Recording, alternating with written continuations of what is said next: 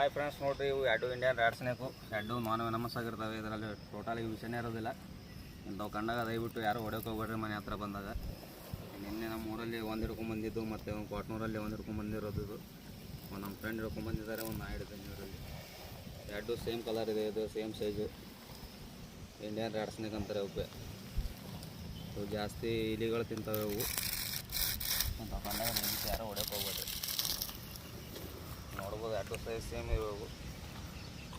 7 feet ಮೇಲೆ ಇದೆ ಇದು.